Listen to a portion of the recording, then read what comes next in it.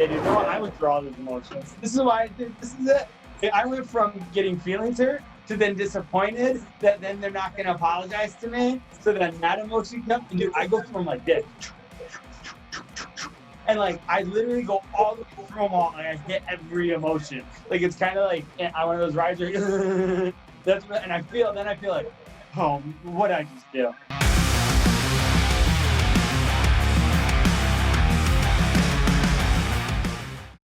2, 1, and we're live. All right, it's Jeff J here to make your day on The Growth Show, featuring Josh Lewis's The Growth Show. We're talking how to control your emotions today. I just had a little Rocky Road ice cream, which is going to show you the emotions I've been on. With the Rocky, we're going to dive into what it takes to conquer emotions, and especially such a crazy time as it is now on today's episode. Hello, Josh. How you doing today? Good. How you doing, sir? A little, I wouldn't say, I don't know, man. I don't know how I'm doing. How do you think I'm doing? Emotionally all over the place. Which I think is a great way to talk about how to control emotions, right? It's like, I didn't know when we planned out this thing, we had a really good, so just so everybody knows, me and Josh Lewis Growth are brothers. We have a lot of phone conversations that I learned so much from this guy. And I really want to bring it on my channel weekly. Instead of us just having phone conversation, bring it to you. We're actually going to invite people into these Zooms. There's actually people DMing me right now. I might actually go live on Instagram to know this. But yeah, so you helped me out a lot. I don't know if we should talk about it, but yeah. Well, man, I mean, that's up to you. If that's up to you. You know me, I'm an open book. I put everything pretty much out there. I think it's better that way. Our last talk was on authenticity, and we had Kristen in here. So yeah, let me talk about. So let's talk about this. So I hung out with my ex, right, last Saturday night. Okay. Yep. Natalia Reno. I'll show. Yep. Here's my credit card. I always want to show it at little props all the time. Nothing's changed. You want to show your credit card on Zoom? I don't know if that's a great idea. No, we won't put it on. Actually, I got to pay one of my credit card bills. She made me pay with it, and it's a high interest rate. So she didn't make me. I chose to, under the influence of. So just so everybody knows, I really don't drink a lot. Drank a lot, threw up all over my own car on the way home. You hang out with an ex-girlfriend, you think, hey, maybe we kind of kiss, this, that. Does she still look good? Do I look good, right? I mean, I think that runs through anybody's head. I know, actually, my coworker, who I'm not going to mention her name, she'll get mad if I mention that. She had a whole thing where she hung out with her ex when it worked well. But anyway, so hung out with her, threw up, leak at my investment property, my 4-unit, put in a toilet, didn't eat, showed up at the restaurant hungry, grumpy, agitated, and with all this COVID stuff, man, like, here's the deal. If you're already mad, do you think this will make you any happier? The mask? Why would the mask make you happier? Oh, and I want to talk about, in a little bit, I'm going to talk about Mask Off by Future, I think it's called. And I want to talk about that in a little bit. Okay, go ahead. This makes me more, actually, it tickles my nose, and it's actually really frustrating. So, yeah. So I had to do that, and I wound up getting pretty upset at the restaurant side hustle that I do to clear my mind for fun. I actually, kind of blew up at a few people there.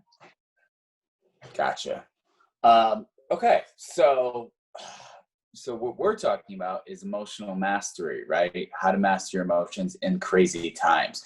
So I think the best thing would, first, if we're talking about crazy times, what exactly is crazy times? What makes it an actual crazy time? Because is it the emotion that makes it the crazy time, or is it the surroundings, the outside experience, or is it the inside experience? Before we get too deep on that, I think we first got to talk about emotions, period. But in order to get into that, do you want to use time in this world right now? Say that again. So we are in a pretty crazy time in this world right now. So right. So there's a lot of different things to consider, and I think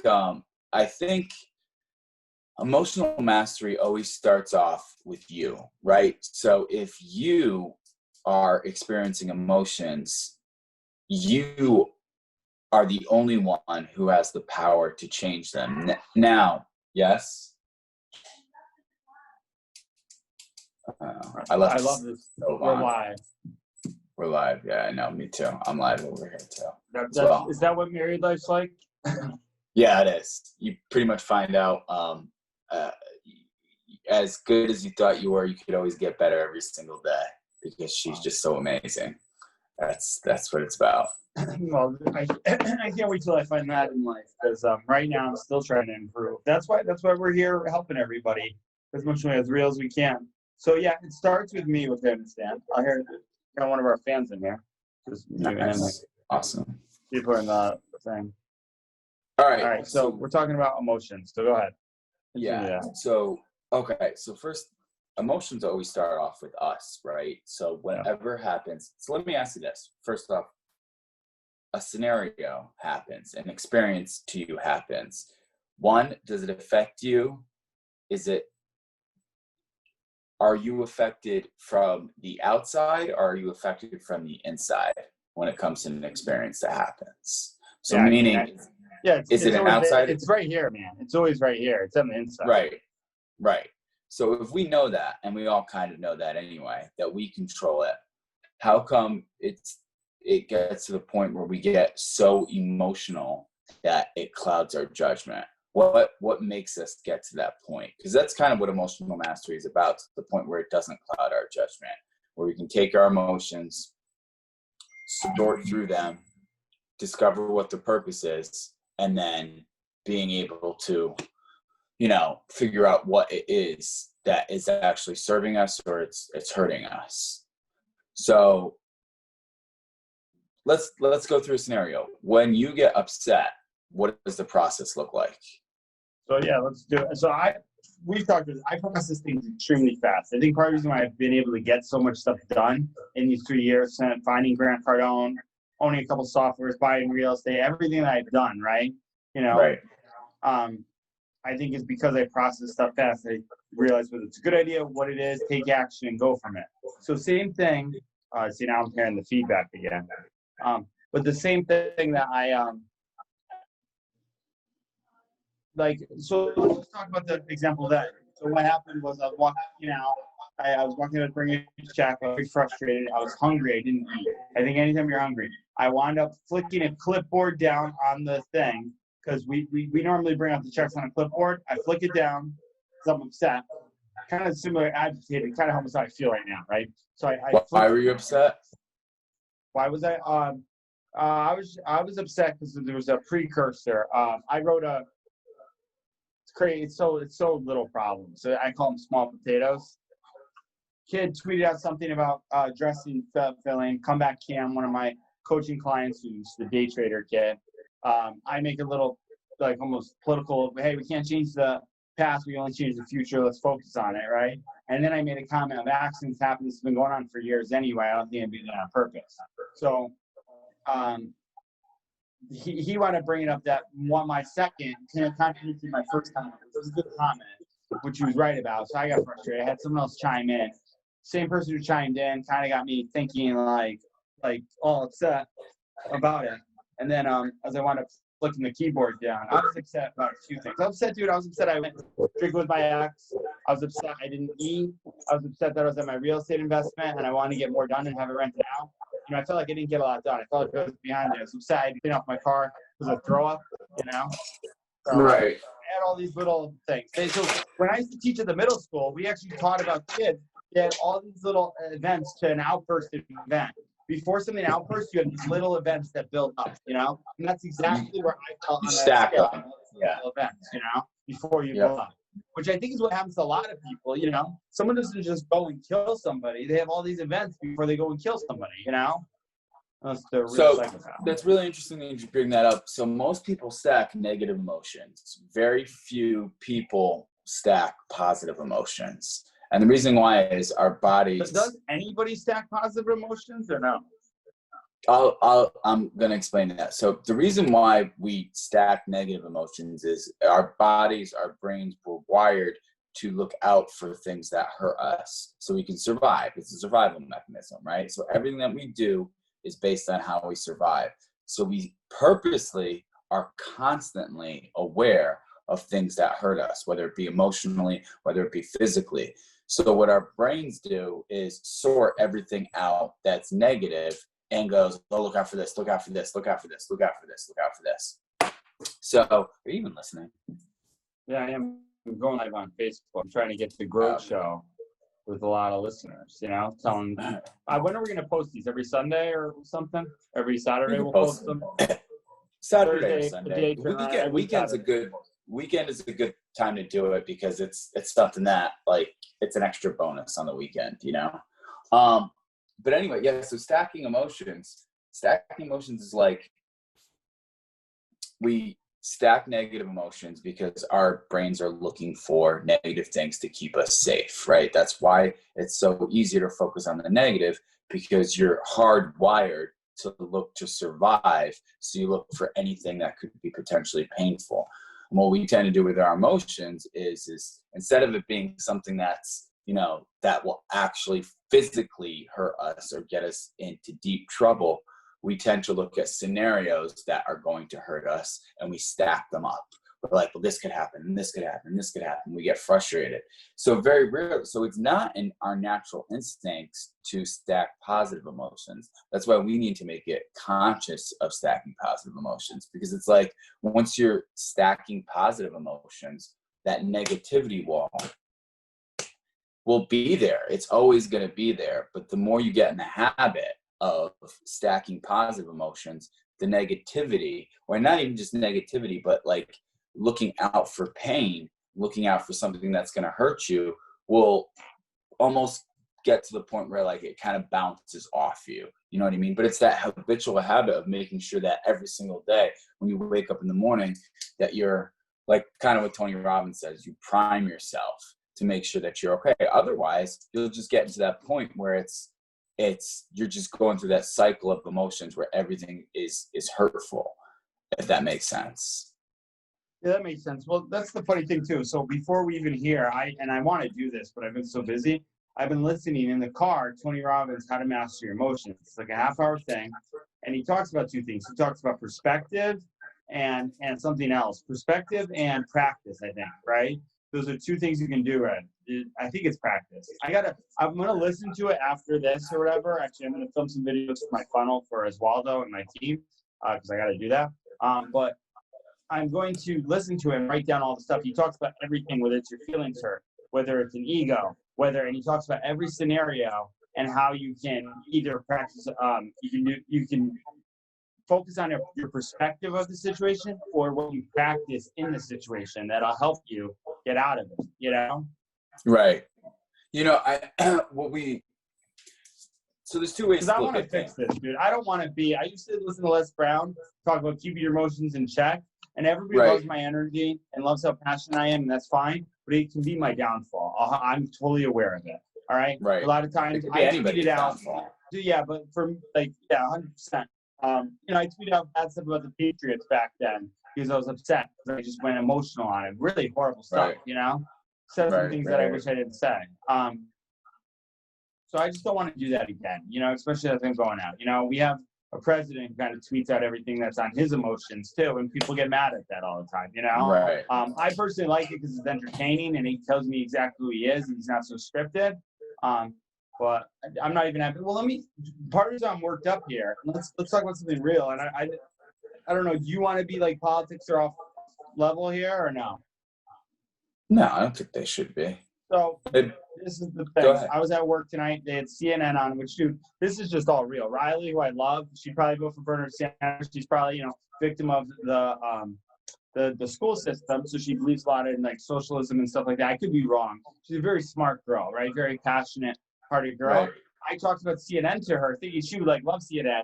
Even her, she was like, "Oh, you can't take CNN's word for it," which shows you like how really where like the media is actually at, right? Which actually got out. I was like, "Oh, go Riley!" Like she at least gets it. And then she was talking about, we'll get into this. And Grant Cardone did a great episode. Jeffrey Epstein, coronavirus and UFOs. I don't know if you saw it. If anybody didn't see it, go check it out. It was the G&E show. It was awesome because I guess there's a Jeffrey Epstein special on Netflix that she was gonna watch.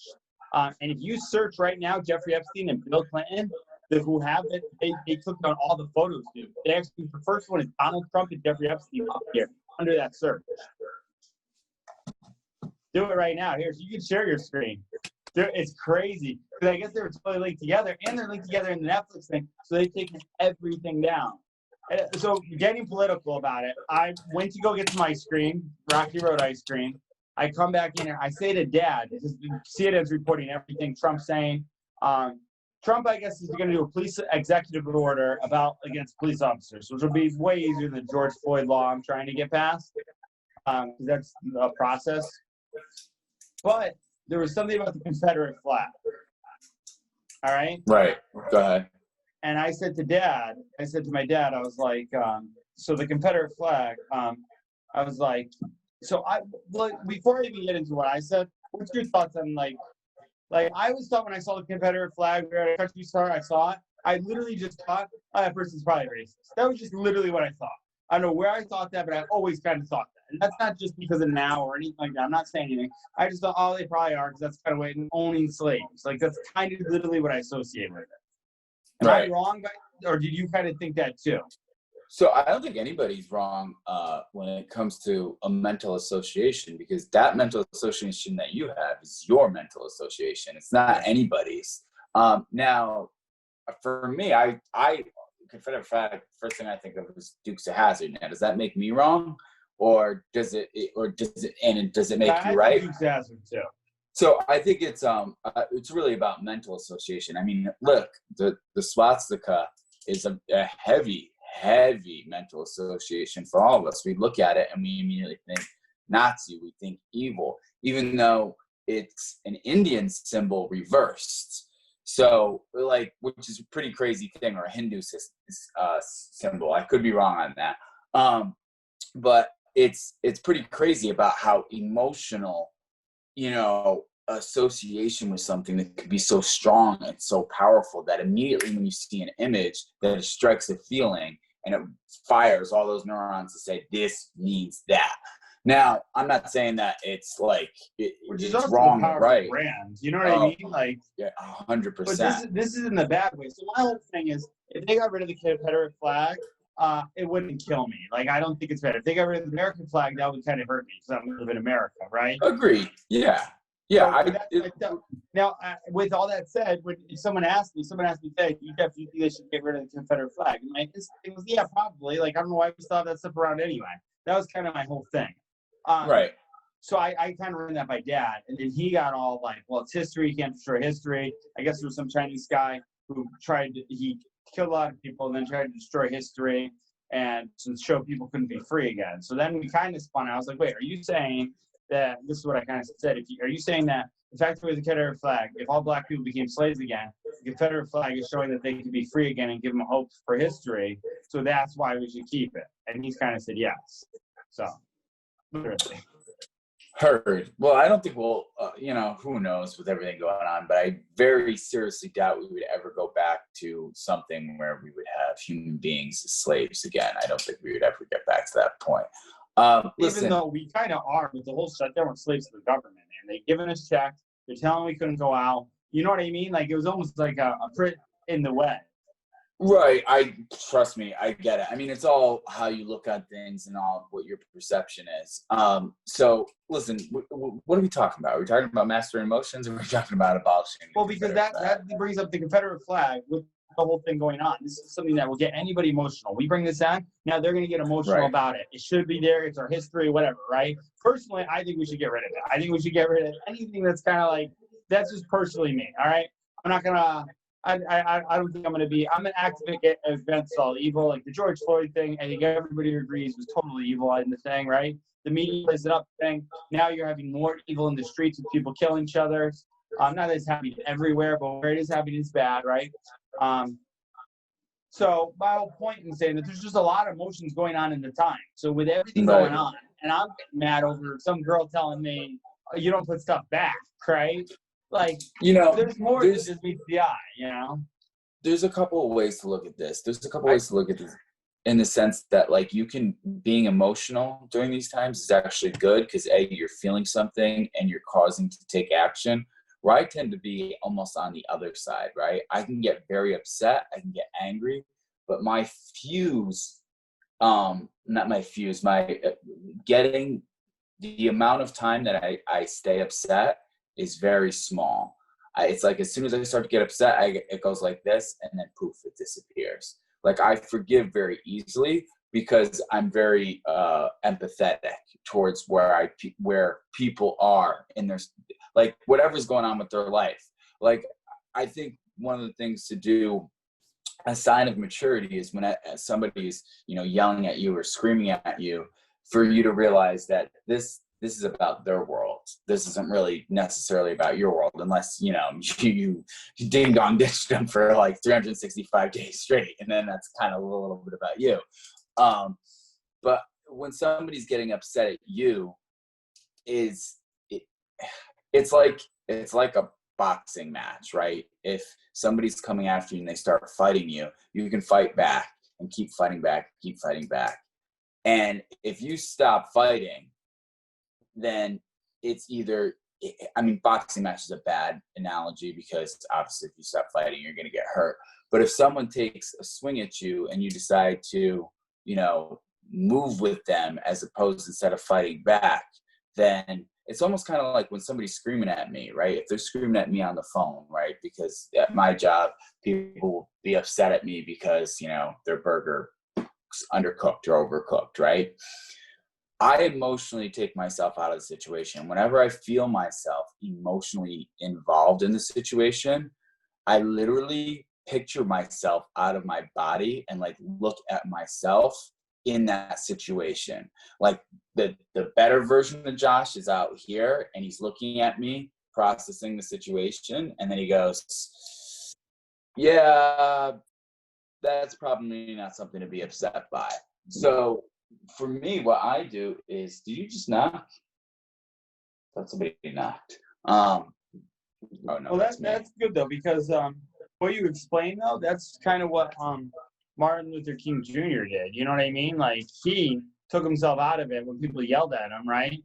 And he didn't yell back, right? Kind of in the same way. That's why he was able to make so much change, because the light got out the darkness, right? Dude, the crazy thing about that is that was only, well, now it's almost 80 years ago, but 60 years ago, but that's a very short time ago,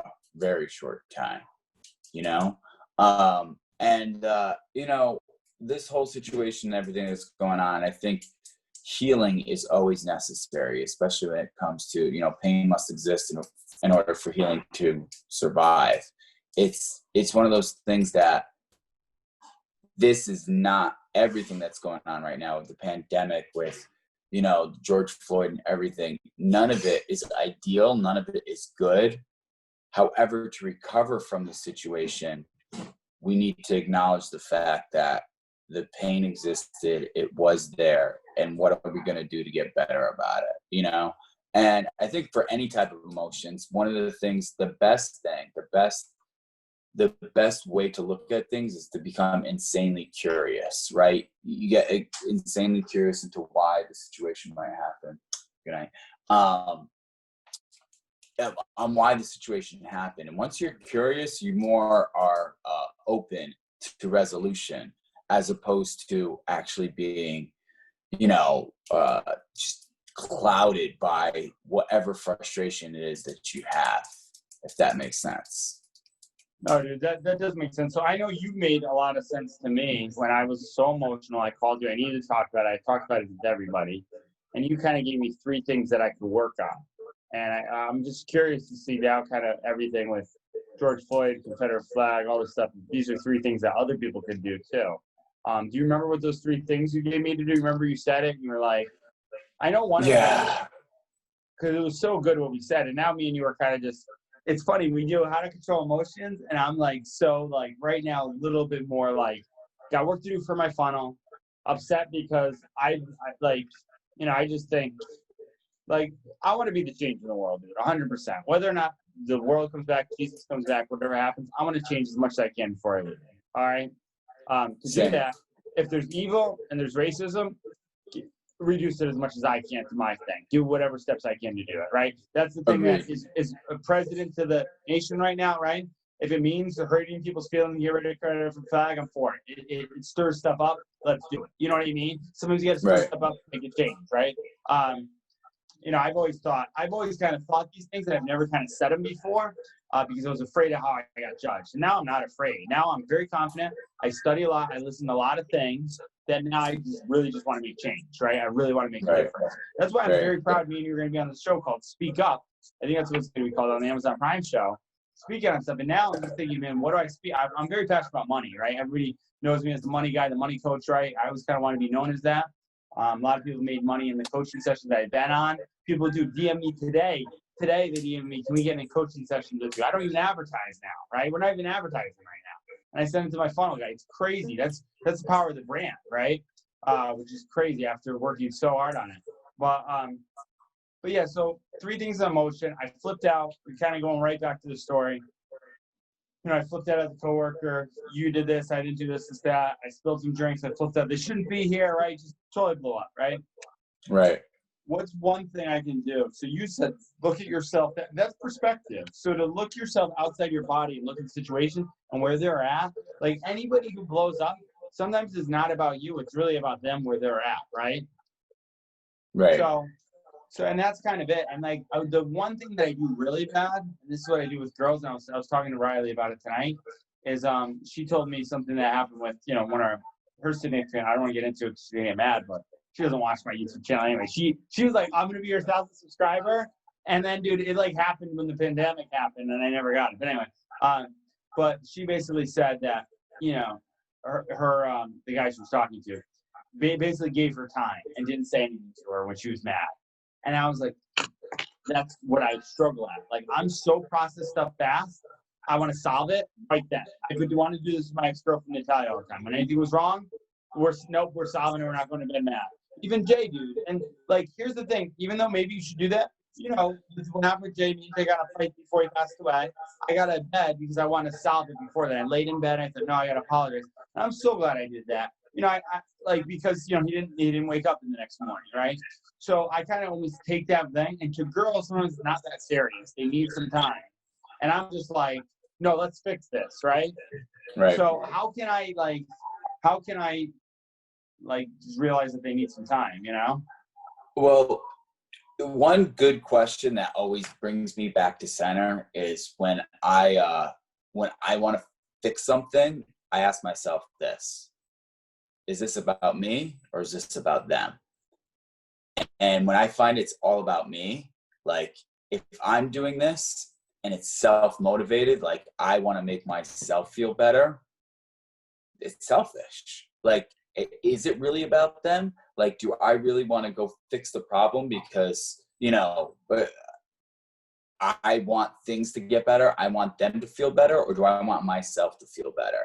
And once I realized that, there's a lot of things that happen when we're emotionally involved. We become so clouded and our judgment becomes so clouded. For me at least, I know me, I struggle with this all the time. Whenever I have emotions, I become obsessed with them. And I very much almost like how you just said there, I gotta fix it. I gotta figure this out. I gotta analyze it. I gotta go through every single detail. And I become almost obsessed with it. But then once I start to all of a sudden incorporate some logic into it, just shift my thinking a little bit, it's like everything clears up and I could see it better. Like this scenario that happened the other day where I did something, I'm not going to get into it, but I did something that violated somebody's rules. And I didn't know it at the time, but I made a mistake. And then I felt like, well, I should apologize. I should do this. I should do all that. And then I started thinking about this. I was like, I definitely should. I should, get better. But I'm obsessing over this right now. And this is all about me and how I feel.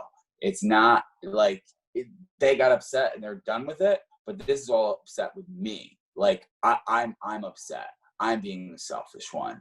And I'm saying, well, how can I fix this? And the reason why I want to fix it, the whole reason why I want to fix it is so I could feel better. Not so they could feel better, so I could feel better. And then I realized that's selfish, man. This is all about me. This isn't about them. Now, that doesn't say I shouldn't say, apologize to somebody or say, hey, listen, I'm sorry, I didn't mean to. But the source of where I was coming from originally was very selfish, you know? So with that said, I think one thing to do is always ask ourselves, what is our intention? You know, right now, whatever emotional feeling that we're feeling, what's our intention? What outcome do we want, and why do we want it?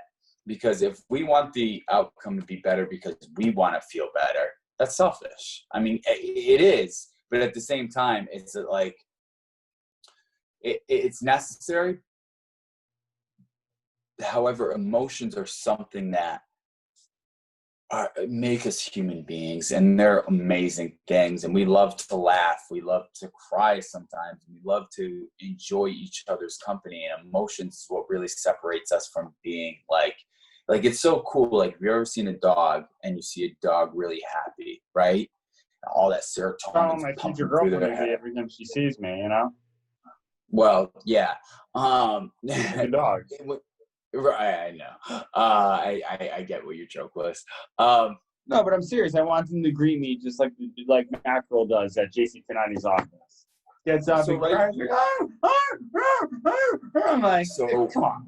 I'm not so right, yeah. So right, that did, dude. Ashley's like that, dude. Like, whenever I come home, she's very, and I'm like that too with her too as well. Except she's very much more. And this is one thing you said. You said, Jeff, you always, and Cam said this to me, Jeff, you always attract the same girls. You always like the same girls. You drive you nuts, the whole deal. And you said to me, write down the girl you want. But I think it was Tony Robbins, somebody I read, wrote down the girl they wanted. They found her like the next day. And right now, I don't really want to find her. And I know it sounds like maybe that's selfish for the girl. I'm depriving her of me. So I'll tell you why. The reason why you don't. What? The reason why you don't want. By the way, once I want to go over Tony Robbins' 10 emotions, and for each situation, I want us to diagnose which one was our emotion with your case and my case. Okay. Yeah. So the reason why you don't want to find that girl right now is because of your mental association, right? If your mental association is she's going to keep you away from getting your goals. But what if that person is a power partner? You're looking for somebody who's a power partner, and they're going to push you further to your goals, and they're going to help direct you. What? Free labor? Yeah. So what if that person's going to be able to help you out, right? Because like you hear about Grant Cardone and Elena Cardone. He's like, man, she's really the brains behind the outfit, you know? And that's the person you want. You know, that's why I posted that picture on Instagram and said, this girl pushes me, because she does. Because there's some times where I sit down and I go, oh, man. And dude, women are so intuitive. They're so smart, especially like when they love you. And they're like, they know the right thing to say sometimes at the right time. You know, like, hey, you got this. It's good. You can do it. And for me, it's just a little bit of a pump up that I need, and sends me back into the battlefield. And I'm like, oh, okay, yeah, I can do this. So the reason why you don't like want to find that source, I think, is because of your mental association being it's going to hold you back from your goal. Well, but I don't think I've ever had a girl say that. Maybe I have, kind of. You know, I have. Like, really believe in me. You know, the girls I've always liked have told me what I haven't done. Like, you don't put this back. You don't do this. You know? And listen, Ashley does that too. Women are normally going to do that. Okay. You're creating this whole fairy thing, and I'm just like, man, I want that. Listen, she just told me I think I left the oven on. She's right. You can't leave the oven on. I put it on low when I was creating my eggs, but yeah, you can't do that stuff. What does your shirt say, by the way? It says, learn more, dream more, be more. I like that. Yeah, well, we're learning today, man. Yeah. So let's go over the 10 emotions. Let me see if I can remember. If anybody here is like, man, I don't know, these guys are just so emotional, and obviously thank you for Joshua's growth for actually taking notes right now. I always learn so much from this guy. People always ask me, how do you get where you're at? Yes, Grant Cardone, but a lot of this guy. So I kind of wanted to bring on my channel, on his channel, kind of just some of the conversations we have. I wish we had the other one the other night, because that was a little bit more thing, but here we are here. So Tony Robbins does a video, How to Master Your Emotions. It's great. I actually shared it in the chat, because I said, guys, listen, the tough time in COVID, this is benefiting me. I'm working on this, and I figured Cam gets emotional there. There's a bunch of people got emotional there, right? I wasn't the only one emotional that day. So then if we can all solve our emotions and all have a different perspective on it, maybe we can be better. But so Tony Robbins talks about these are the 10 emotions and the action signals that they have. Yep. Go ahead. So number 1 is discomfort. This emotion might be telling you that you're suffering from boredom, impatience. Oh, nice. Impatience, unease, distress, or embarrassment, right? Yep. So I was definitely discomfort with my emotion. I'll say that. Fear, this one's the one. This emotion must be telling you that you anticipate that something is going to happen to you and to prepare for it. Hurt, this one was it. I get my feelings hurt a lot. This emotion might be telling you that you have an expectation that has not been met. Yeah, my expectation was you treat me with respect. You're not. I'm hurt. Who treats me that way? That was it. Right, but who made up that expectation? I did. I know, dude. You did one of the best videos I've ever seen. You do it in the most, and I know it's probably from everybody else you've learned from, how to get over anger and the rules. And dude, after I totally screwed it up, totally got, unfollowed or whatever the deal happens, right? People are very upset. Once that all happens, then I'm just like, oh, I made up a rule that you should treat me this way. Like nobody has to treat me any way they want, man. They can treat me however they want, right? Yeah, anybody can, but you train people how to treat you, right? So, which I do think by blowing up that way, they're not going to treat me that way going on, Yeah, I mean, it's either one of two things. Do they respect you enough to take you seriously when you get upset, or do they find that, like, you are frequently getting upset, that it's not a threat to them, so they go, let me just punch his buttons because he's not going to do anything to me anyway. No, 100%, dude. I never get upset when I'm I not got saying upset. you. I'm just saying in general. No, but when I got upset, everybody pays attention because I never get upset, right? So, oh my God, what's going on with Jeff? Blah, blah, like I got that. And everybody else was that. And then the one person was like, screw this dude, this, that. So then I was just like, or at least that was my perception of it, right? So that's why I was just like, no, I'm going to then make you feel a certain way, which was just the most immature thing I could have done. I got very immature in it. Right. So anger, right, which is this emotion. So the emotion might be telling you an important rule or standard that you hold for your life has been violated, right? By someone else, or maybe even by you. Right. Yeah. Are you reading these two with me? So next one I'll read off. We'll switch it off, right? You want to do that? Right, that's better. Frustration. The message of frustration is an exciting signal. It means that your brain believes you could be doing better than you currently are. Man, when I read that, I was like, oh, wow, dude, ain't that the truth? Whenever you lose your keys, right? We've all experienced this feeling. Our brain is you're just on the cusp of success, and you're like, I can't find it. What? No, I'm just reading the same thing you're reading. That's for the viewers. You all of a sudden are like, oh my God, I know my keys are somewhere and I can't find them, but I know I'm gonna find them because I have to find them, So frustration for me, whenever I get frustrated, ever since I read that, dude, years ago, whenever I get frustrated inside, I go, dude, it means success is right around the corner. That's what frustrates me. That's how I feel right now tonight. What time is it? 10:57. I have 2 videos to shoot where they give me a long script to shoot for my funnel. And I should have them done by already. I'm frustrated they're not even done, Right. I'm working a stupid shift tonight. All right, you want to do the next emotion? Yeah, disappointment. This emotion might be telling you that an expectation you had is probably not going to happen. Yeah, dude, what? I went through all these emotions. This is why, dude, this is it. I went from getting feelings hurt to then disappointed that then they're not going to apologize to me. So then that emotion comes, and dude, I go through them like this. And like I literally go all the way through them all, and I hit every emotion. Like it's kind of like one of those rides where that's what, and I feel like, oh, what I just do, And well, I'm sure you probably feel this one next, and that one's guilt. Guilt tells you that you have violated one of your own highest standards, and that you must do something immediately to ensure that you're not going to violate that standard again in the future. Dude, guilt is such a good emotion because guilt says to you, you are so much better, dude. Why the hell did you do that? And I hate guilt. I really do, because I try to hold myself to extremely high standard. Yeah, you do. You definitely do. And then when I feel guilty on something, I'm like, I feel devastated. I feel like somebody punched me and like in the stomach, and I'm like, oh my God, can I recover? And guilt takes me a few days, honestly, because I like to think of myself as better. And it's something that I strive to work on all the time. So all right, good. go to the That's next the whole one. reason why we're doing this episode, because I looked at our emotions that I felt guilty that I've grown in so many areas, and I've repeatedly, I did a video on my YouTube channel, how to control your emotions. And I was like, that'll help me because I taught it, and here I'm back at it again. So I really want to fix this out of guilt, you know? This next one, can I read this one? Because this one is what I felt for years, and that is the emotion of inadequacy.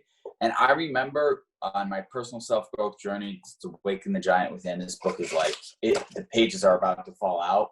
I always used to go back to this book. When I read this, that's like my 10X rule book. Yeah. When I read this, I went, oh my God, wow. And so inadequacy is that the message is you presently have a level of skill, not necessarily for the task at hand. It's telling you need more information, understanding strategies, tools, or confidence. And often we have a completely unfair rule for determining whether we're inadequate or not. So we all know that rule because we see that meme of don't compare your day 1 to somebody's day, 60, or whatever it is, month 1 to somebody's month 60. And whenever I would feel bad, I would go and read this because it would say, simply ask yourself, is this really an appropriate emotion for me to feel in this situation? Am I really inadequate, or do I have to change the way I'm perceiving things? And then he says, maybe you've convinced yourself that in order to feel adequate, you have to go out on the dance floor and outdo Michael Jackson. This is probably an inappropriate perception. And as I was reading that, I was like, dude, that's what it is. My perception is that everybody else is better, and I can't be better because they're just so much better than me. So then living a life of constant and never-ending improvement, what he talks about with Cunningham, is something that just immediately solved my feeling of inadequacy. And honestly, dude, I don't like, once you become curious, I don't feel inadequate anymore. I might feel like, wow, almost intimidated, but then I become curious immediately and go, okay, how can I get there? So I think that's the main thing for success right there. Maybe that's what we'll talk about next week or whatever, the rules of success kind of, and maybe read Grant Cardone's rules in his book to 10X. Maybe we'll do something like that. Because I actually like this, because this gives more of a structure to it. But dude, inadequacy is basically that thing that I always had. Comparison is the thief of all joy, right? So you would compare and you feel like right now, I'm 35. Grant Cardone was 35. I think he was a millionaire then, right? I'm inadequate to where Grant Cardone was. I only have a 4 unit, he bought a 4 unit, right? Comparison, same exact thing.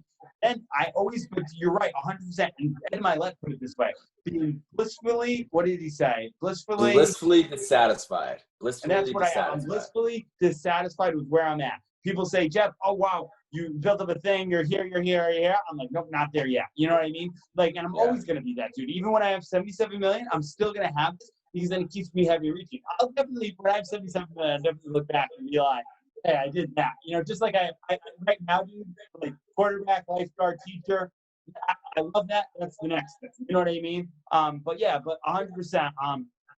I don't think I feel this one too much. You know what I mean? Yeah, I censor it, but I'm like, it inspires me. I get curious, right?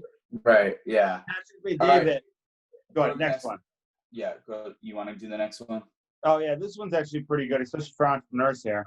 Overload or overwhelm. Message. This emotion might be telling you that you need to reevaluate what's most important to you in this situation and you are dealing with too many things at once. You feel that? Yeah, frequently.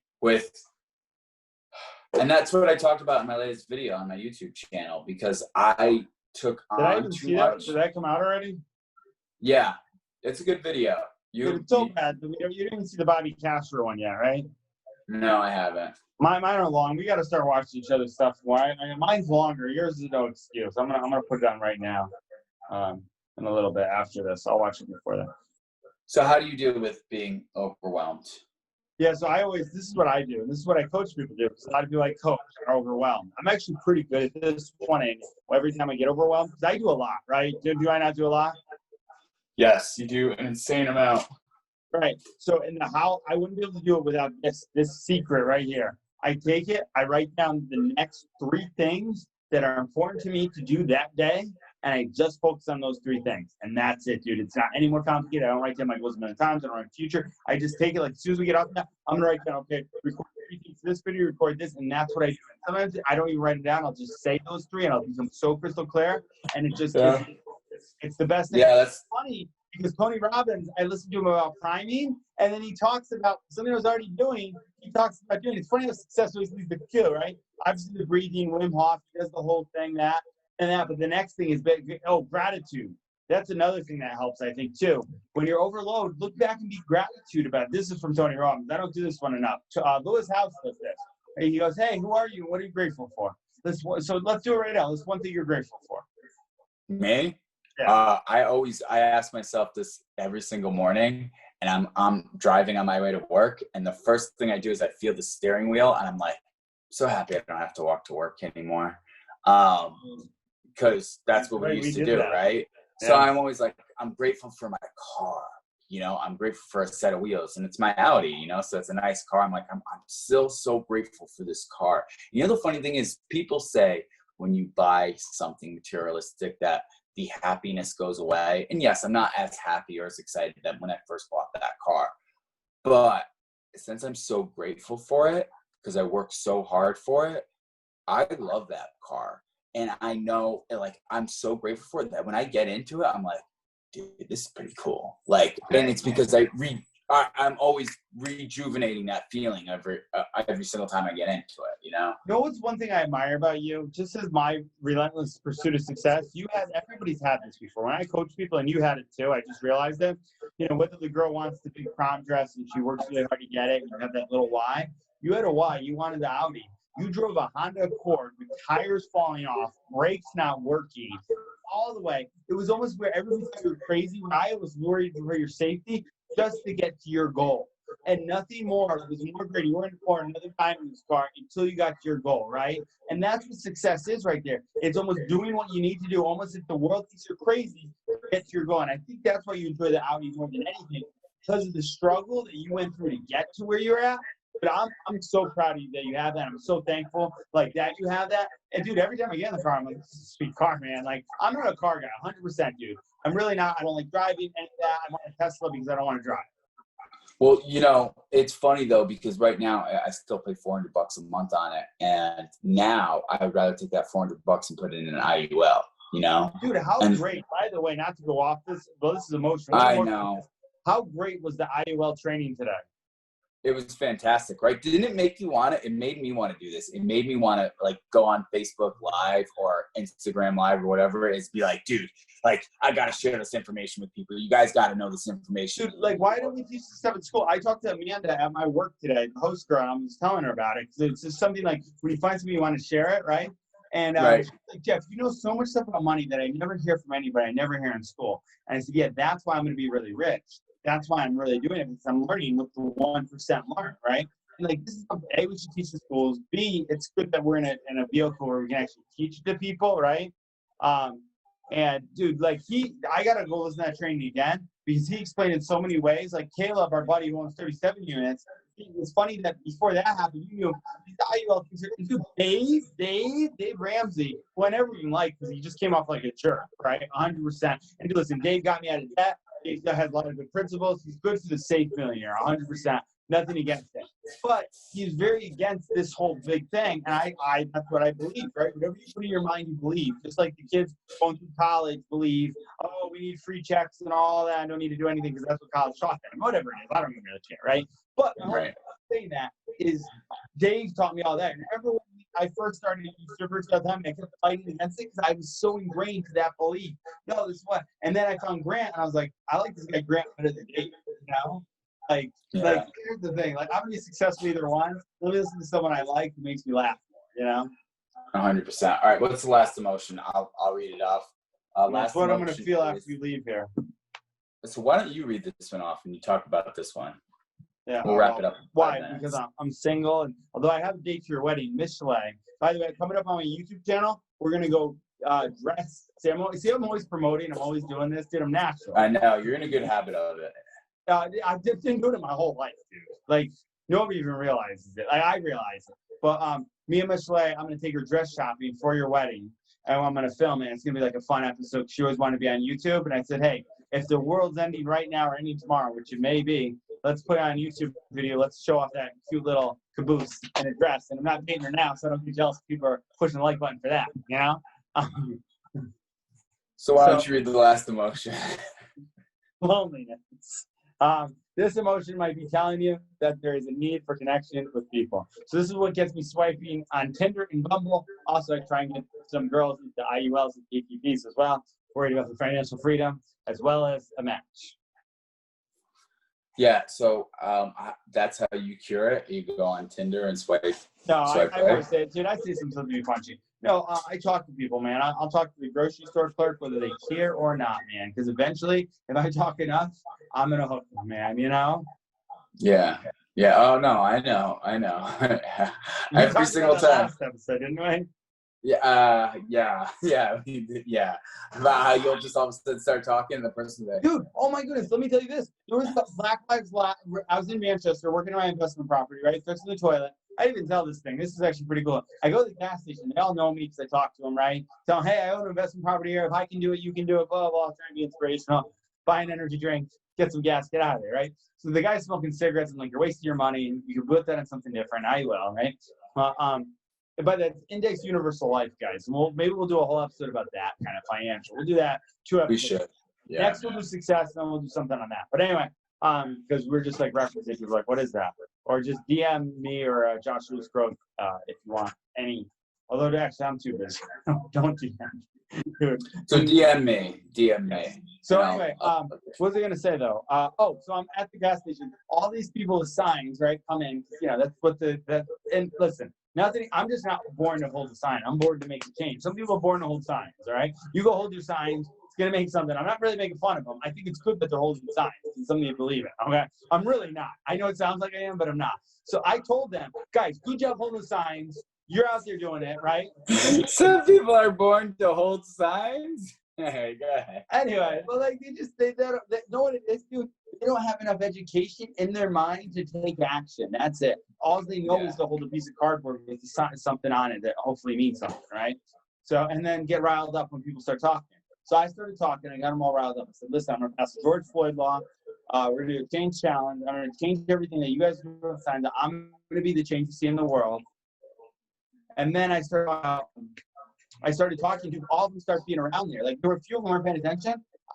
They're all wandering. They're getting Gatorade because one person I saw, I actually put on my Instagram, was buying alcohol going to the protest. Like, hey, this is fun. Let's pregame. I'm like, that's not the point, man. You know what I mean? Why do you think like it turns to like crazy stuff? I'm like, oh my goodness, like don't do that. But anyway, they're all getting Gatorade, getting hydrated after their whole little rally. And so I'm telling them that, and I start speaking, and dude, there's a whole bunch of them listening to me. And then I have the gas station guy like, you got a card? And I haven't carried the cards on me before, but now I finally got them. So I gave the guy a card. He was from like Kenya. And I told him, I was like, listen, man, I was like, go watch here. I was like, everything I put on here will make that change. Then whatever you're doing here, this, because you're smoking cigarettes. I was like, that's not changing anything but your lungs, and it ain't changing good things, man. I have to trust you, you know?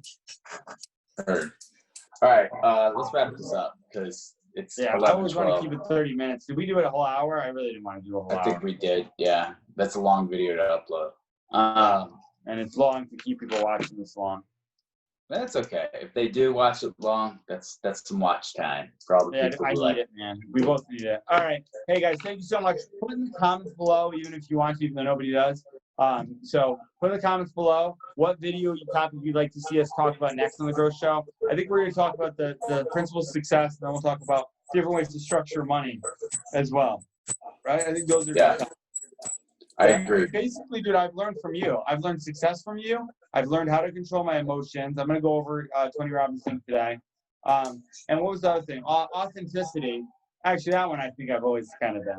That one I learned from That I learned from you, being authentic, being authentic, wearing your heart on your sleeve sometimes is not a bad thing. Sometimes, I mean, there's different approaches to different things, but it's good to be authentic and let people know how you're feeling instead of hiding it, Well, I was out with my ex, definitely right? And she's like, babe. Well, I don't know if she said babe, but she's like, you can't tell everybody how you feel. I'm like, yes, I can. Watch me do it. Hey, I'm feeling great. I'm out with my ex-girlfriend. Oh my gosh, shut up, right? And I'm like, what is like, don't tell me, But and I do it to be funny. But my whole point is, and dude, you know what's so crazy? Watching that in my life just recently, you kind of have a little bit of this. The way you speak, you're very professional. He's very professional in the meeting, right? He's a nice guy, but he's very professional. This is his business. He's very professional. I know if anybody wants to see me being professional, go look up take2social.com. I remember playing it for Dad. And Dad, very critical on all our videos all the time. He's like, we don't even need the haters. We got him right there. He goes, yeah, you're too professional, Jeff. You're not likable enough. You need more energy. So I went outside of McDonald's and I did an ad that I ran on YouTube for it. And that he was right though. I was too professional because I got very much, this is my business. I don't want to look a certain way. I want to look how a businessman looks, Yeah, it's tough. It's tough to toe that line of like, what do I want like people to perceive me as so they'll buy into it in a good way so you can add them value, or do I want to be myself because I believe they'll buy into that too, It's tough. I think it's a little bit of both. That's the same thing with the Lambo behind and all the jet and like that. Like, are people going to buy into like that? Like, if me and you were both wearing suits on this and we had better background, would people listen to it more? Maybe. They probably might. Okay, 100%. And I knew that from when Clark made me buy suits. I was actually just watching the one on real estate on my video, past one. I'm wearing a suit, and I was like, that's not me though, man. Like, I'm pretending to be someone I'm not. Yeah, like the calls that we do on Team Takeover, right? We do, I try and get to them like every single day. Nobody's wearing a suit and tie in those. Edwin's not wearing a suit and tie. Chris isn't wearing a suit and tie. Jared's not wearing a suit and tie. And I'm just like, this is awesome. This is fire. And I'm writing it down, So like a lot of it's like the association of what your brain perceives it to be its value, which is why brand is important, right? Because if brand is important, it doesn't matter what Ed Milet's wearing. It doesn't matter what Grant Cardone's wearing. You just want to know what they're talking about is knowledgeable to you, By the way, anybody, because they clicked on this because how to get over emotions, I'll say the one thing that we're doing very well, talking it out. I don't think we went over that. But talking out your emotions, keeping it in is not good. I feel better now after fighting about the Confederate flag over here. I feel better now. You know what I mean? So like that happens. Even the petty messages that I want to send because we're me, it was selfish. I want to get back at somebody. You hurt me, I want to get you back. That's immature. But you let people have their thing. They'll come around eventually. They all do, man. Everybody, all my exes have apologized. Jackie, Natalia, who's next, man? So. Yeah. Jocelyn's next. Jocelyn, if you're watching this, I would like an apology. Okay. And with that, we're going to end it. Thank you guys so much for watching. Tune into us next week, and we will have another episode of The Growth Show where we're talking about success. So don't miss it.